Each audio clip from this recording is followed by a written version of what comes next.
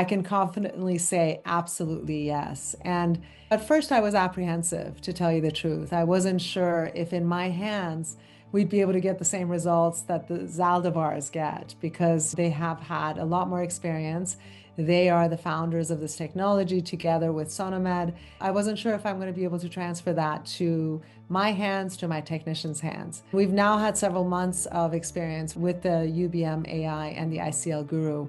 And I can really, with great confidence, tell you that it has given us results that translates into better clinical outcomes, better ICL sizing, which, as we all know, us ICL surgeons, that's one of the biggest hurdles in really implementing ICL into our practice. It's one of the bane of our existence as ICL surgeons, the fear and the worry that we pick the wrong size ICL for a patient. With the ICL Guru and the UBM AI, I have now had a number of cases where I have still continued doing the measurements using biometry and other modalities and using formulas, including lasso and the OCOS, but they have given me a different size recommendation. I actually had one case where the OCOS suggested a 13.7, the lasso suggested a 13.2, but the ICL Guru with the UBM AI suggested a 12.6. And so with great hesitation, I trusted Doctors Zaldivar, both doctors, who suggested go with the 12.6 with great confidence.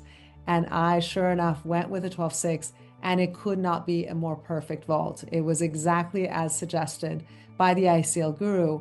And the thought of having potentially gone with a 13.7 or a 13.2 was really, it was eye-opening for me that this is a game changer for my practice. With these refractive surgical patients, they're young patients, they're already apprehensive to proceed with surgery. It may be their first experience having surgery. There's nothing more disheartening than having to take an ICL patient back to the OR to do an ICL exchange.